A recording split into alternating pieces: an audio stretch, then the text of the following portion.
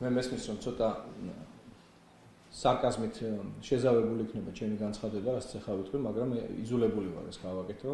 მე მოუწოდე ბატონ ზაქარია ქუცნაშვილს კიდევ ერთხელ აიღოს საქართველოს კონსტიტუციის წიგნი. კიდევ ერთხელ მივიდეს საქართველოს პრეზიდენტთან და ამჯერად საქართველოს კონსტიტუციის სასამართლო ხელისუფლებით გათვალისწინებული ის ნორმა წაუკითხოს, რომელიც პირდაპირ უგრძალავს ნებისმიერ პირს, მათ შორის საქართველოს პრეზიდენტს ჩაერიოს მოსამართლის საქმიანობაში. ვინაიდან მოსამართლე თავის საქმიანობაში არის დამოუკიდებელი და ემორჩილება მხოლოდ საქართველოს კონსტიტუციას და მხოლოდ კანონს. ხოლო ნებისმიერი რაიმე ტიპის ჩარევა, ზუსტად ასეა დეფინიცირებული, ნებისმიერი რაიმე ჩარევა მოსამართლის საქმიანობაში აკრძალულია და ისჯება კანონით. თუ კი პრეზიდენტი, როგორც ჩვენი კონსტიტუციის გარანტი, არღვევს საქართველოს კონსტიტუციის მოთხოვნებს, მაშინ საქართველოს პარლამენტი ვალდებულია იქონიოს რეაგირება ამ საკითხთან დაკავშირებით. და სანამ ბატონი ზაქარია არ დაგზარდება იმედია და აუცილებლად მივა საქართველოს პრეზიდენტთან კვლავ კონსტიტუციით აღჭურვილი, მანამდე მე მოუწოდებ საქართველოს პარლამენტს, რომ შესაფერისი, შესაბამისი უпростоრად შეფასება, სამართლებრივი შეფასება და პოლიტიკური შეფასება, რა თქმა უნდა, მისცეს საქართველოს პრეზიდენტს, რომელიც ახალი რედაქციის თანახმად უნდა გვევლინებოდეს როგორც ნეიტრალური არბიტრი და არა გუნდის წარმომადგენელი, რომელიც პირდაპირ აპოლოგეტია ამ შემთხვევაში ნაციონალური მოძრაობისა და ეს არაერთ მის განცხადებაში პირდაპირ სჭვირის. შეიძლება ითქვას, რომ მსგავსი ტიპის განცხადება მას არ გაუკეთებია აქამდე, ის ყოველთვის ცდილობდა, რომ ნეიტრალური დარჩენილიყო, მაგრამ ეს განცხადება არის აშკარად პოლიტიკური თავის ხასიათით და მიგვანიშნებს იმას, რომ მისი სახით ყალიბდება ახალი ლიდერი, რომელსაც ფორმალურად არ აქვს დასვილი წარსული და არ არის დისკრედიტირებული. და მე ღრმად ვარ დარწმუნებული, რომ ბატონი ზაქარია ქუცნაშვილის მასტერკლასი მას კიდევ ერთხელ წაადგება იმისთვის, რომ კორექცია მოახდინოს საკუთარ განცხადებებში და არ შელახოს საქართველოს უზენაესი კანონი კონსტიტუცია. რაც შეეხება კონსულტაციებთან დაკავშირებით. რაც შეეხება უარს კონსულტაციებთან დაკავშირებით. კი ბატონო, მე კარგად მესმის, რომ ესეც წინასწარ დაწერილი სცენარის ნაწილი იყო, როდესაც გარკვეული პოლიტიკური პარტიები ეახნენ ბატონ პრეზიდენტს იმისთვის, რომ შეექმნათ დემოკრატიის ტრიუმფის ანტურაჟი და რომ დასავლეთისთვის მოხმარების ანუ გარე მოხმარების აქტი შემდგარიყო იმასთან დაკავშირებით, რომ საქართველოს პრეზიდენტის განცხადებას სოლიდარობას უცხადებს და თანაუგრძნობს ქართული პოლიტიკური სპექტრი და რომ ისინი სასწრაფოდ იკრიბებიან მასთან საფათბიროდ თუ როგორი უნდა იყოს შემდგომი მოქმედებები იმისთვის, რომ დემოკრატია არ იქნას ხელყოფილი ქვეყანაში, ვინაიდან როგორც თქვენ ხედავთ, ყველაფერია გაკეთებული იმისთვის, რომ რუსთავიორთან დაკავშირებული პროცესები იქნას შეფასებული როგორც ანტიდემოკრატიული პროცესი, როგორც დემოკრატიაზე ზეწოლის პროცესი და ამას ძალიან ეფექტურად იყენებს ნაციონალური მოძრაობა და ნაციონალურ მოძრაობასთან ის ნეოლიბერალური ძალთა ერთობა, რომლებიც ერთიანდებიან ერთიანი ნაციონალური მოძრაობის გარშემო. რაც შეეხება რუსთავიორთან დაკავშირებულ აჟიოტაჟს, მე კიდევ ერთხელ მინდა ჩემი პოზიცია დავაფიქსირო ამასთან დაკავშირებით. წმინდა სამართლებრივი თვალსაზრისით მე ვერ ვხედავ რაიმე აჟიოტაჟის ატეხვის საფუძველს რუსთავიორთან მიმართებით, ვინაიდან მიმდინარეობს სამართლებრივი დავა და მოგეხსენებათ, დავის საგანი არ არის რუსთავი 2-ის როგორც ტელემაუწყებლის ლიკვიდაცია, არამედ დავის საგანი არის მფლობელის მართლზომიერების საკითხის გარკვევა იმ წილობრივი მონაწილეობის კუთხით, რომელშიც ესა თუ ის მფლობელი იღებს მონაწილეობას და მე ვფიქრობ, რომ აქ ყველაზე მეტად მნიშვნელოვანი და ხაზგასასმელია ის გარემოება, რომ როდესაც მფლობელი არის ჩუმად, დღევანდელი მფლობელი, მე დარწმუნებული ვარ, საზოგადოების 90% შეიძლება არც იცის, ვინ არის დღეს მფლობელი ტელეკომპანია რუსთავი 2-ის. ანუ მაშინ, როდესაც მფლობელი არის ჩუმად, მისი მენეჯმენტი პოლიტიკურად ანგაჟირებულია და აკეთებს ყველაფერს იმისთვის, რომ ესე იგი პოლიტიკური პროცესები გადმოიტანოს იმ კუთხით, რომ თავისუფალ მედიაზე მიმდინარეობს და წარმოებს ზეწოლა. მე აქვე მინდა ქალბატონო ეკა საქართველოს პრეზიდენტს გავახსენო რომ სანამ ესეთ განცხადებებს გააკეთებდა ურთმელიძის მიმართ და ურთმელიძე არაფრით არ განსხვავდება სხვა მოსამართლეებისგან, რომლებიც თავის დროზე იქნენ არჩეული და სხვათა შორის ბატონი ნიკა გვარამიას ხმისუფლების რეალიზაციის შედეგად ის გახდათ მაშინ იუსტიციის უმაღლესი საბჭოს წევრი.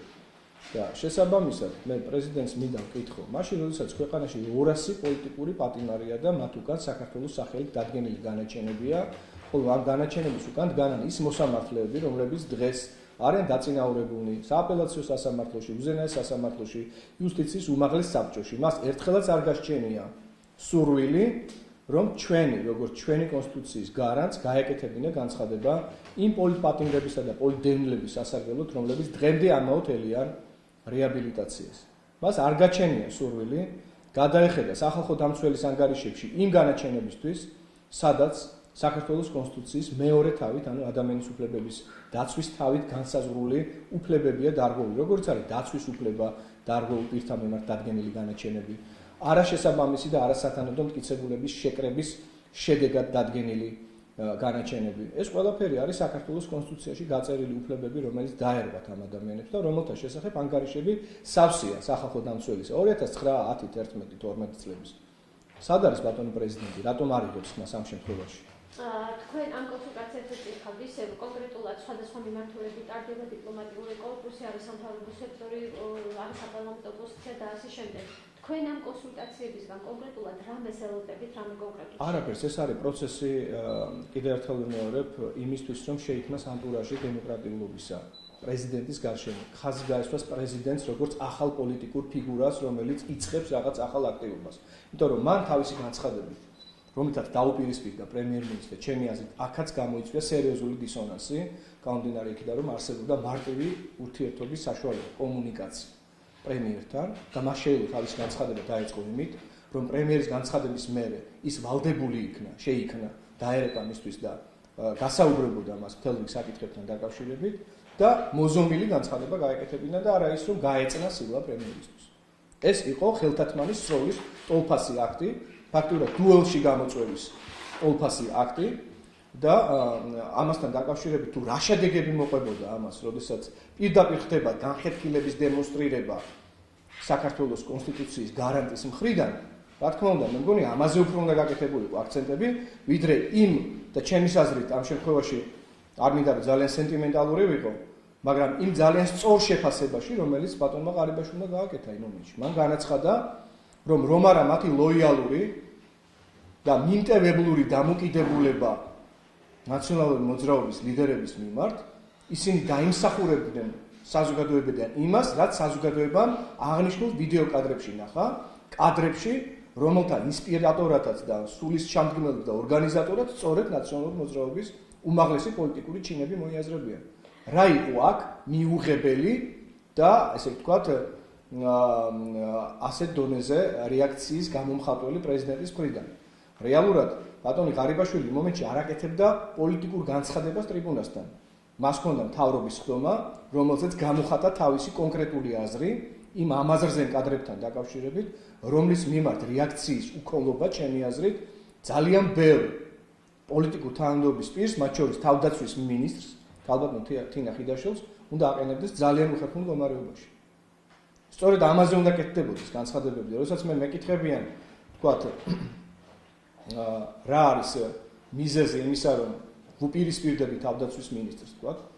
უნებრივია მე მაქვს ამაზე ძალიან სწორი არგუმენტი ჩემის აზრით, მაშინ როდესაც საქართველოს პარლამენტის ვიცე-სპიკერს, თქვათ, იგი ქალბატონ მანანა კობახიძეს აქვს, ჩემის აზრით, სრულიად ადეკვატური და სწორი დამოკიდებულება საკითხის მიმართ და ის დიამეტრალურად განსხვავდება მისივე გუნდის წევრი თავდაცვის მინისტრის პოზიციისგან, უნებრივია მე რეაქცია უნდა მქონდეს როგორც ოპოზიციას. რომელ პოზიციას გულისხმობთ? რომელ პოზიციას და რომ ვიდეო კადრების გავრცელებასთან დაკავშირებით რეაქცია უნდა ყოფილიყო ის თუ ვინდგან ამის უკან, ვინ არიან ორგანიზატორები, ვინ არიან სულის ჩამდგმელები, რაზეც გააკეთა აქცენტი და სწორად ქალბატონმა მანანა კობახიძემ და რისი საპირისპიროც იყო რეაქცია ქალბატონ თინა ხიდაშვილის, რომელმაც FBI-ც კი მოიშველია იმისთვის, რომ ესე იგი აი ამ კადრების როგორც ნივთიერი მტკიცებულების გასვლის ფაქტი დაედასტურებინათ, ან უბრალოდ გამოეძიებიათ და ერთი სიტყვა არ იყო თქმული იმ საკითხთან დაკავშირებით თუ რეალურად ვინდგანან იმ კოხტა კოდუების თუ თოდუების უკან. ვიდეო მასალების კაცრების თემაზეც უნდა გკითხოთ. ფიქრობთ, რომ არჩევნებამდე კიდევ უფრო გართულდება სიტუაცია და წამოვა ამ სახით კომპანიების? უცბად გეუბნებით და ეს ანუ არ ელოდებით, რომ კიდე ეს გამოამჟღავნა რუსთავიორის დაგეგმილმა კამპანიამაც, რომელშიც მონაწილეობა 1000-ს უნდა მიიღოთ და არიქა და სოლიდარობის გრიგალში უნდა დახვეულიყო, ასე ვთქვათ, რუსთავიორის მიმართ მიმდინარე პროცესები, მაგრამ თქვენ ხედავთ, რომ ყველაფერმა ძალიან შვიდად, ძალიან წყნარად, ძალიან ადეკვატურად ჩაიარა. საზოგადოება კარგად ხედავს, რაც ხდება. რო აქ რუსთავიორის დახურვას არ აქვს. ადვილი, არამედ ლაპარაკი იმაზე, ესე იგი, წილი უნდა განისაზღვროს შესაბამისი გადაწყვეტილების საფუძველზე. მოფიქნებ ელოდებით თუ არა, რომ მსგავსი კადრები კიდევ გაქცევს. კაცრებს ხო, კაცრებს ვერ გავიგე თქვენი შეკითხვა. კი, მე ვფიქრობ, რომ ის კამპანია, რომელიც ვინმემ დაიწყო, ამ შემთხვევაში ჩვენ არ უნდა ვეძიოთ, ეს კოლომოისკია, ეს მეგის კარდავა, ეს ვინმე გარემოცვიდან არის, ან მის საწინააღმდეგოდ, ვისაც სააკაშვილის, ასე ვთქვათ, გუბერნატორობა მოსწონს თუ არ მოსწონს უკრაინაში. ამას ნაკლები მნიშვნელობა. ფაქტია, რომ არაფერი არ არის დამალული. და დღესდღეობით ის, რაზეც ჩვენ საზოგადოება სრულიად სამართლიანად გამოხატავდით გულისწყრობას, რომ რატომ უნდა ჰქონოდა წვდომა ამ კადრების ნახვამდე, ვთქვათ, 12 თუ 15 ჟურნალისტს და 3 თუ 4 უფლებადამცველს. და რატო არ უნდა ყოფილიყო? გარკვეული ფორმით ახლა მე ბუნებრივია არ ვამბობ, რომ ღიად და ბავშვების დასანახად ყველაფერი. არა, მაგრამ გარკვეული წარმოდგენა იმაზე, თუ რა მეთოდები იქნა გამოყენებული სააკაშვილის რეჟიმის დროს მშვიდობიანი მოსახლეობის წინააღმდეგ. არის თუ არა ეს მეთოდები მსგავსი აბუ გრეიბში წამების მეთოდოლოგიისა, გვანტანამოში წამების მეთოდოლოგიისა, ციხეებში წამების მეთოდოლოგიისა, რა პარალელი არის სერგო თეთრაძის წამებასა და იმ გალელი მუტაცებული ადამიანის წამებას შორის. არის თუ არა ერთი და იგივე ხელწერა. ეს ხელწერა არის რამე მეთოდოლოგიასთან კავშირში და ეს მეთოდოლოგია რაიმე ინსტიტუციასთან კავშირში, რომელიც დირექტივებს იღებს საიდანღაც, ვთქვათ, ხო? აი ამიტომ უნდა ყოფილიყო ამის დემონსტრირება, აუცილებლად უნდა მოხდარიყო დემონსტრირება და ამის შემდეგ ხელისუფლებას უნდა ემოქმედა ისე, რომ დღევანდელ მდგომარეობაში არ ჩაეგდო თავი, როდესაც ფაქტურად აშლილობის სინდრომის ფაქტის წინაშე დგას საზოგადოება. თუმცა კიდევ ერთხელ ვიმეორებ, საზოგადოება არის ძალიან ბრძენი, ჭკვიანი და არ ამგონია, რომ აი ამ ყველაფერმა გამოიწვიოს, ესე იგი, სამოქალაქო დაპირისპირება, მიუხედავად ამისა, რომ ამისი წყურვილი და სურვილი გააჩნია ვიღაცას, ფაქტია, მაგრამ ეს არ მოხდება.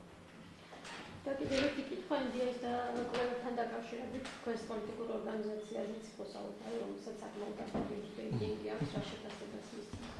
ძალიან მოკლედ შემოვიფარგლები ამ კითხვაზე პასუხით. მე ნამდვილად არ ვაპირებ, ახლა მე ვიღო ჭკვიანი სახე და დავიწყო ციფრებით манипуლირება, უბრალოდ манипуლირებულ ციფრებზე მსჯელობა და ანალიზი, ეს აბსოლუტურად მიუღებელია ჩემი საზოგადოებისთვის, დარწმუნებული ვარ. უბრალოდ განმარტავდი სამართლებრივად. ვინ არის NDI? NDI არის ნაციონალური დემოკრატიული ინსტიტუტი. ეს არის სამთავრობო ორგანიზაცია, ხაზი მინდა გავუსვა, რომელიც დაფუძნებულია დომინანტი მართველი პოლიტიკური ძალის მიერ, დემოკრატების მიერ, რომლებიც დღეს არიან ამერიკის შეერთებული შტატების სახელმწიფო მართვის სადავეებთან და ბუნებრივია. ისინი ემსახურებიან ერთი კონკრეტული პოლიტიკური ძალის ინტერესებს.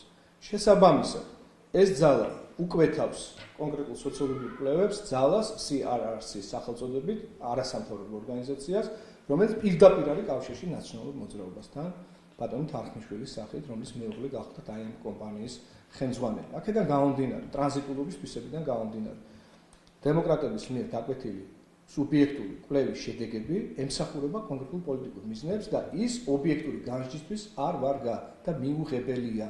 ამიტომ არ შეიძლება მასზე სერიოზული კვლევებისა და სერიოზული პროგნოზების კეთება. ეს იქნებოდა შეურაცხყოფა ჩემი ამორჩენის.